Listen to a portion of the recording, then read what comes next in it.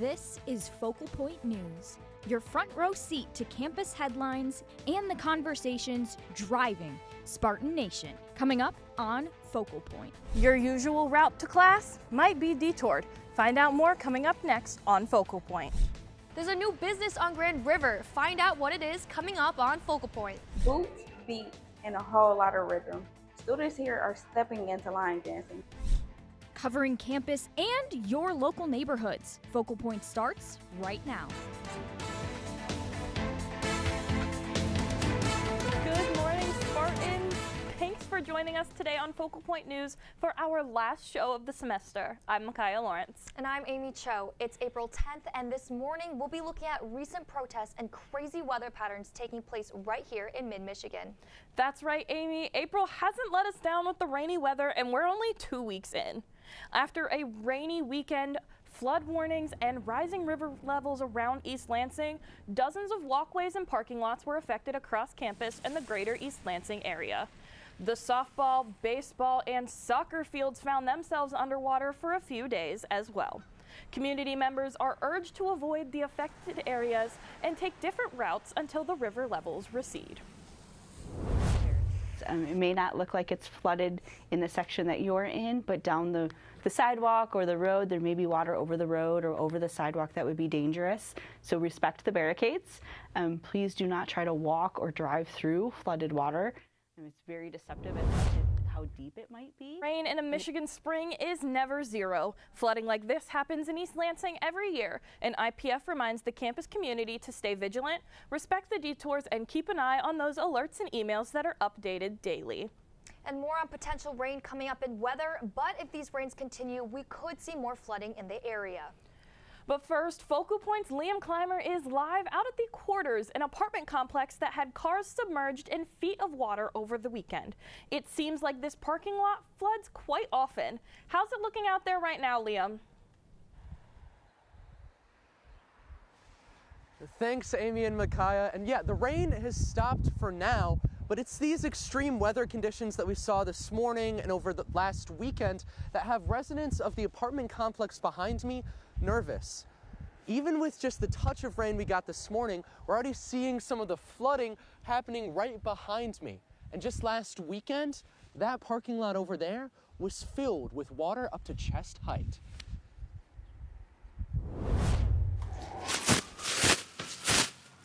Gabriel Holdley is still picking up the pieces. Both mine and my sister's car got totaled. Heavy rainfall flooded the parking lot of his East Lansing apartment complex this weekend, the Quarters. I kind of panicked. It was kind of too late at that point, so there's not too much we can do. And he's not the only one. Woke up at 9 a.m., car was now a submarine. Cameron Tran is an out-of-stater who was so startled by the situation, he couldn't help but try to find something positive. I could be upset about it, or I could go for a swim.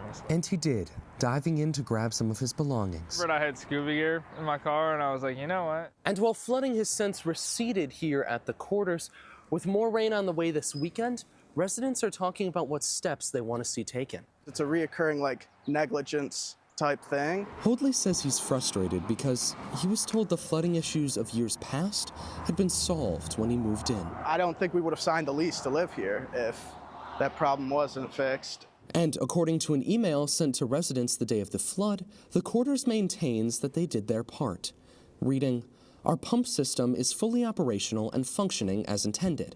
However, the volume of incoming water from surrounding municipal systems is currently exceeding normal capacity." I can't stop nature. Tran said he's not upset with the flooding itself, but he does want more active communication from the Quarters when extreme weather occurs. The Quarters and East Lansing officials didn't respond when I reached out. Just like a warning, I would have taken a $200 towing ticket and have to buy a whole new car, you know what I mean? Holdley agrees. The flooding occurred between 6:30 and 8 a.m., so pretty quick, and the first message from them was at 12:30 p.m. He says timing is everything. A warning would have been nice. In East Lansing, Liam Clymer, Focal Point News.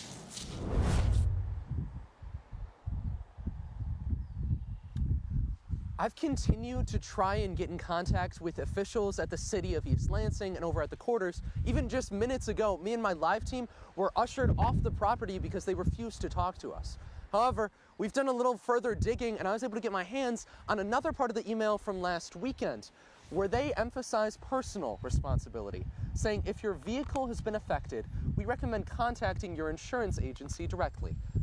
I'm in East Lansing Live, Micaiah and Amy, back to you. Thanks, Liam. Glad to see at least that the water levels have finally receded, but hoping for better news for those residents this week. Absolutely. And another note, a campaign event at Michigan State University tied to Michigan Senate candidate Abdul El-Sayed has stirred up controversy with the invitation of a social media influencer known for his anti-Semitic commentary. Focal Point's Kelly Gavigan spoke with members of the Jewish community to get their reaction. Your interest. With heightened security, students gathered inside a packed Anthony Hall on campus to hear influencer Hassan Piker.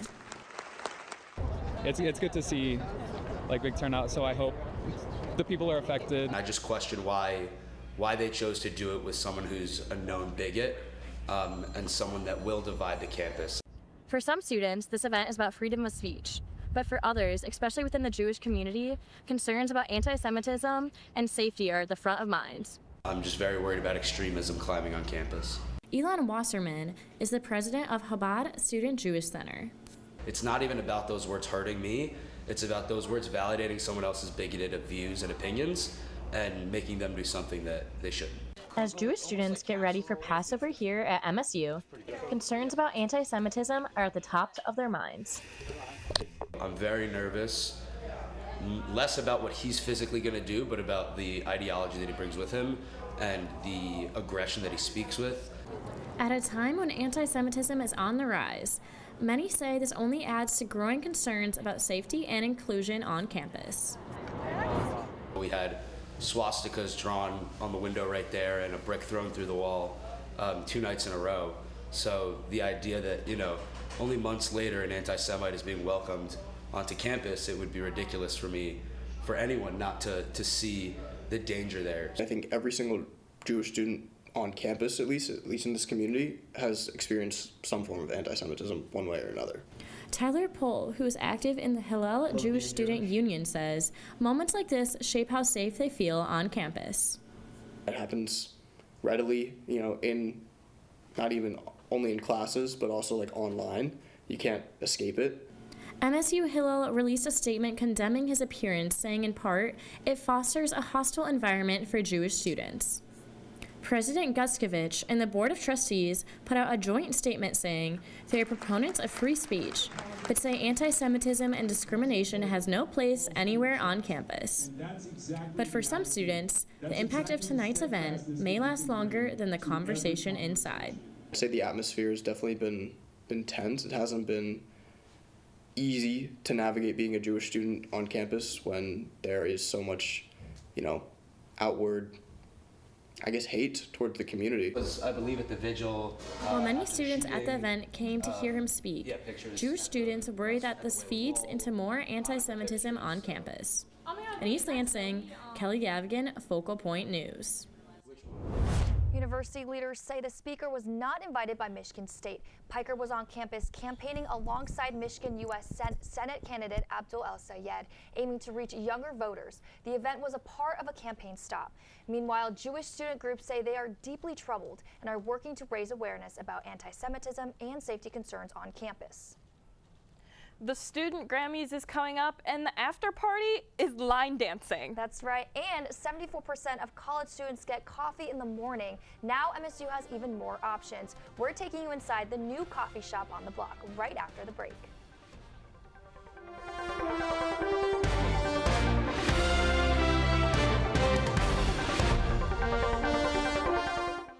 All right, man, we'll watch. It's gonna be sick. I'm watching, man. That's sick, dude. Hey, bro, give me one more chance. Just one more chance. All right. Maybe you're sick, man. Yeah, bro, low-key, I've been fighting off this gnarly cold, but I don't got health insurance, so I can't go see my trusted healthcare provider. Bogus, man. You could take advantage of one of your 3 free Olin healthcare visits. My what? Yeah, dude. campus health services allow MSU students to get up to 3 free Olin Center visits per academic year, brother. As long as you make an appointment online at uhw.msu.edu. 2 crunches. Come on. Students, do sicker flips. Don't let yourself get sicker. For illness and injury, make your Olin appointment online today.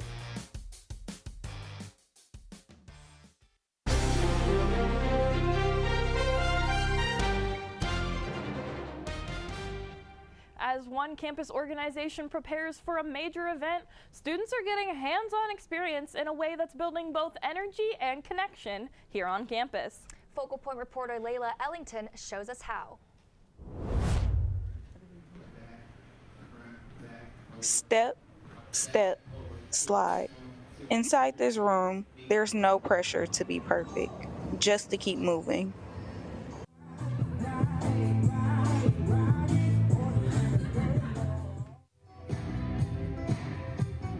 Some students pick it up right away.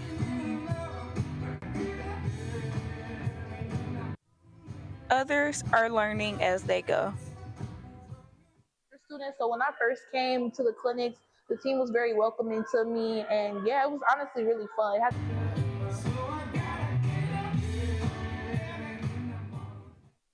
This rodeo-themed clinic, hosted by the dance team MSU Urban Dreams, is a part of the lead-up to the organization's Grammy-inspired event later this month.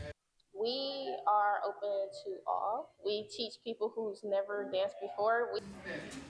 For many, it's their first time stepping into something like this, learning something new, surrounded by people doing the same. So I had just went there randomly, like, let me just try to meet some new people. Moments like this don't just happen. They're created with intention. Giving students a chance to learn the moves now before taking them to the Grammys. So our dance clinic tonight is a rodeo clinic. So it is based off of our after party that we're having after Grammys on April 25th. Organizers say it's about more than just dancing. It's about creating moments where students feel connected. We have a really strong sisterhood, really strong bond on the team. And when the music plays again at the main event, these steps won't just be practice. They'll be a part of the experience. In East Lansing, Layla Ellington, Focal Point News. The organization's Grammy-themed event is set for April 25th, and tickets are available through their social media accounts at MSU Urban Dreams. And line dancing is definitely a skill I'd like to pick up with summer right around the corner. But although those warm days have been peeking through, we still have some cooler weeks ahead of us before then. We have definitely been seeing that wide range of weather conditions recently. We have Kelly Gavigan at the Weather Wall to tell us exactly what to expect and be prepared for this week. Good morning, Spartans. Happy Friday. You're looking at a live picture from our tower cam. As you can see, it's currently a bit cloudy and dreary. But let's see if that will change as we head into the weekend. We're seeing a very active weather pattern across the country. So let's start with a look at what's happening nationwide today. Across the U.S., temperatures are really split. The west and southwest are warming up nicely, with cities like Phoenix pushing into the 90s. Meanwhile, the central U.S. and Midwest are much cooler, with 50s and 60s dominating. Out east, we're seeing a mix of some warmer temperatures in the southeast, but cooler and wet conditions along the northeast coast. And you can see that a large system bringing rain along the eastern half of the country, with some snow still lingering in the northern areas. Now zooming into the Midwest for today. Temperatures are a bit of a mix here as well. We're in the 50s much of across Michigan, including mid-50s in Detroit and Grand Rapids. Further south, it warms up quickly. Columbus and Indianapolis are already in the 70s, but up north, it's still chilly. Marquette only sitting in the upper 30s. So it really depends on where you are. But here in Michigan, we're still stuck on the cooler side for today, with some clouds and rain moving through. Now let's take a look at our 7-day forecast. for East Lansing. Today, expect a rainy start to the weekend with a high around 55 degrees.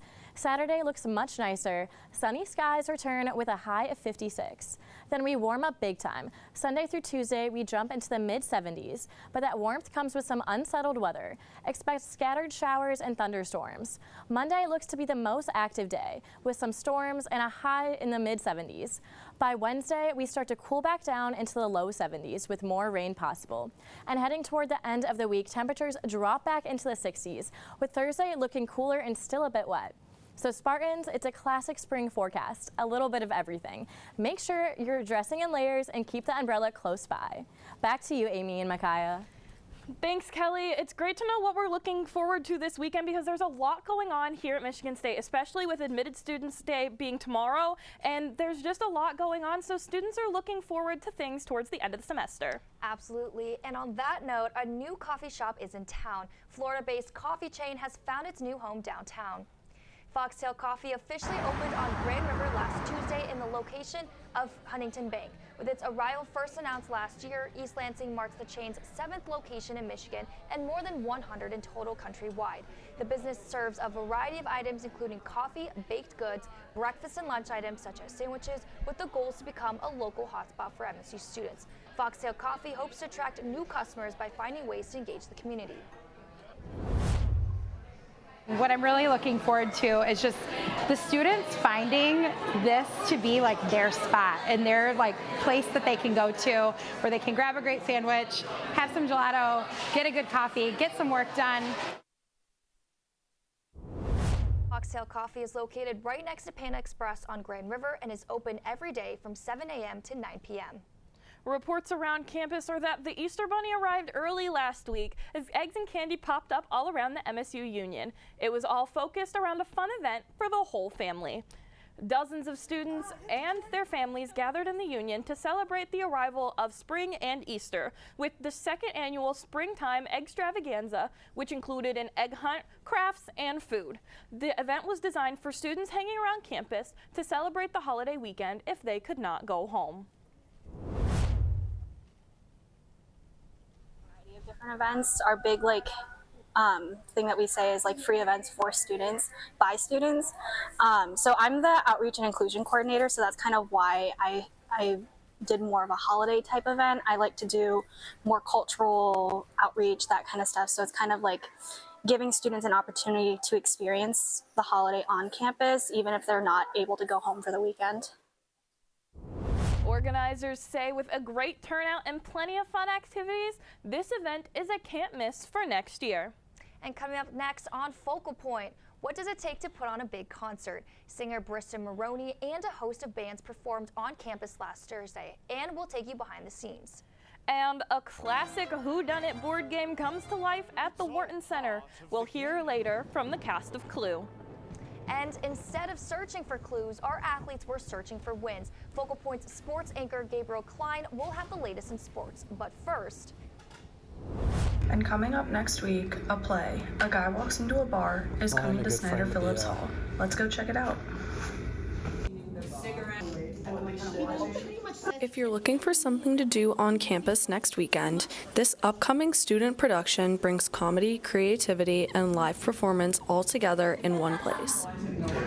That is your sign to. The show takes a familiar phrase and turns it into a full theatrical experience, blending humor with storytelling in a way that keeps audiences engaged from start to finish. So whether you're a fan of the theater or just looking for a fun night out, this is a show you won't want to miss. The show runs April 17th through the 19th, and you can purchase tickets online through the Royal Players Instagram.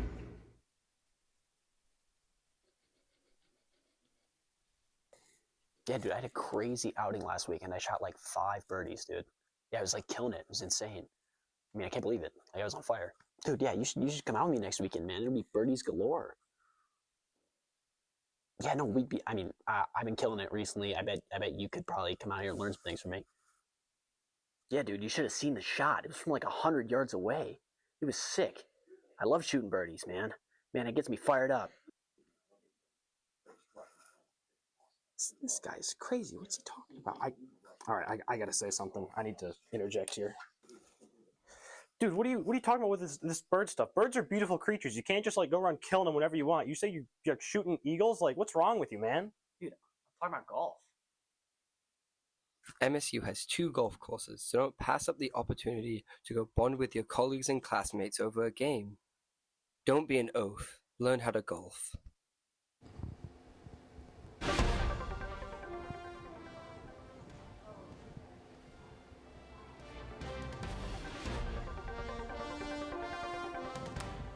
Welcome back. I'm Gabe Klein with This Week's Sports. Michigan State football held its 10th spring practice Tuesday morning. The Spartans returned to action as they continued preparing for the upcoming season, the first under new head coach Pat Fitzgerald. MSU's 15 spring practices will wrap up with the spring showcase presented by the Michigan Achievement Scholarship on Saturday, April 18th at noon at Spartan Stadium. You know, I think what's jumping out to me right now is just the guys' work ethic and their attitude. They're showing up. It's early. We all know it's early, and they can use that as an excuse. Instead, I think they're using it as motivation to come out and get ready to go. So, let's take a look at the transfer portal for women's basketball. Michigan State women's basketball will look a little different at the start of next season. Starting guard Rashunda Jones announced Tuesday, April 7th, that she is entering the transfer portal after spending 1 season with the Spartans. Jones averaged 11.7 points per game and earned all Big Ten defensive team honors. Jones is the 4th Michigan State player and the 2nd starter to enter the portal. Starter Ines Sotelo, along with reserves Jordan O'Day and Julian Woodard, have also entered, with Grace Van Zluwen and Jalen Brown graduating. Kennedy Blair is the only returning starter for the Spartans heading into next season. With the offseason underway for Michigan State basketball, fans are asking which players in the transfer portal Tom Izzo could add to his roster. One of the most talked about names is 21-year-old Alabama forward Aiden Sherrill, who was a 4-star high school prospect out of Detroit and had Michigan State among his final 4 schools before committing to Alabama. Under Alabama head coach Nate Oates, Sherrill developed into a strong contributor. As a sophomore this season, he averaged 11.1 points and 6.2 rebounds, while shooting 54% from the field. One of the most intriguing parts of Sherrill's game is his ability to stretch the floor. He shot just under 34% from three-point range on 2.4 attempts per game. Michigan State has really struggled with outside shooting over the last 3 seasons, and Sherrill's addition could give Izzo a floor spacing option at the center position. With Sherrill filling a position of need and already having ties to Michigan State, many fans see him as an ideal fit for the Spartans to chase another championship under head coach Tom Izzo. That's what's happening in sports this week. Back to you, Amy and Micaiah. Thanks, Gabriel. Seems like there's a lot of unknowns to watch over the coming weeks. Sure is, Amy, and here in East Lansing, seems like there's another mystery waiting to be solved. Many of you might have grown up playing the board game or watching the movie Clue. I know I sure did. This week, the national tour cast of Clue made its way to the Wharton. I met up with some of the cast after opening night. Let the game begin. I play Colonel Mustard, big, strong, bravado-filled, military, blowhard buffoon. I play Mrs. White, who is a socialite. I play Mr. Green, who is this ball of nerves and anxiety. Miss Scarlet is this very fun diva, bombshell, glamour girl. We do honor the board game and the movie so much, but then we also have our own spin on things as well. So it's really, really fun to hear audiences be like, oh, they're doing the thing. One of the most exciting things about this show as an actor is that there are people who have seen the movie and the book and board game and stuff like that, and then there's just people who are basically new to the world of Clue. We have grandparents that played the board game bringing their kids who were introduced to the movie, who are bringing their kids. It's a lot of fun, and it's really special to be in something that means so much to people and was such a big part of so many people's childhoods. It's fun to take the show on the road. It's fun to deliver the roller coaster. Clue was one of my favorite games to play growing up, and I used to fight to be Miss Scarlet if I had to. The show runs until Sunday, April 12th, and more information can be found on the Wharton Center's website. Music, crowds, and energy from excited MSU students filled the Breslin Center last week for the annual spring concert featuring Bristol Maroney. But the event doesn't just happen. It took hours of planning. Focal Point's Kennedy DeMars shows us what it's like behind the scenes. From handling t-shirt designs to setting up the artists' dressing rooms, the planners spent months preparing for this one night. In the summer, I was communicating with advisors, trying to figure all that out. And once we get back up to school, honestly, we just get full force running. The concert goers may have only seen the final product. I'm on the hospitality committee. But planners like Maggie Heflin say their goal was to create a fun and safe experience for everyone. So I'm helping the local openers load in, get checked in, helping them with their merch stand. All their questions, I'm here for them. In just 30 minutes, thousands of MSU students will be here ready for MSU's spring concert. But right now, student organizations are working hard to make sure this event runs smoothly. I've been on the committee for like 3 years. Lauren Pilon is the spring concert chair and president of the Residence Halls Association. I just put on this huge event with so many people here. Everything's going great. Like, it's just like a feeling of just, wow, this went well. This isn't great. It's just like such a dopamine hit. Although students didn't come in until 7 p.m., Pilon and other planners started their day 12 hours earlier, making sure the Breslin Center was perfect for the event. And their hard work paid off. I don't know. I guess the craziest thing was like kind of coming in today and like realizing that it all worked out. Like, students filled the lower bowl for the concert, bringing full energy for each artist, up until Bristol Maroney took the stage.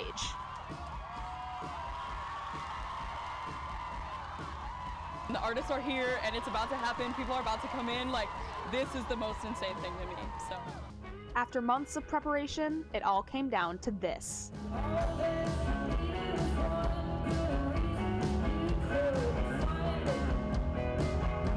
For Focal Point News, it's like a feeling of accomplishment, like holy cow. I'm Kennedy DeMars. MSU's spring concert takes place every year, and Maroney has joined the list of many artists who have taken the Breslin Center, like Waka Flocka, Between Friends, and Baby No Money. Well, Amy, this is our last show for the spring semester, and for you and I, our last Focal Point show ever. As we get ready to take summer break, we wanted to tell you all we've had such a fun time, and we'd love to thank our graduating seniors and you, of course, the viewers, for watching our shows. Yeah, absolutely. And next fall, join us on our new day as we move to a Thursday evening newscast. We leave you now with more from Bristol Maroney. Have a great weekend, Spartans.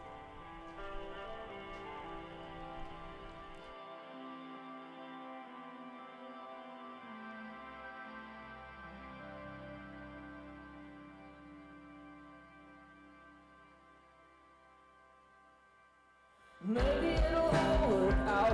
Think I heard something about taking it next semester. Letting the family down.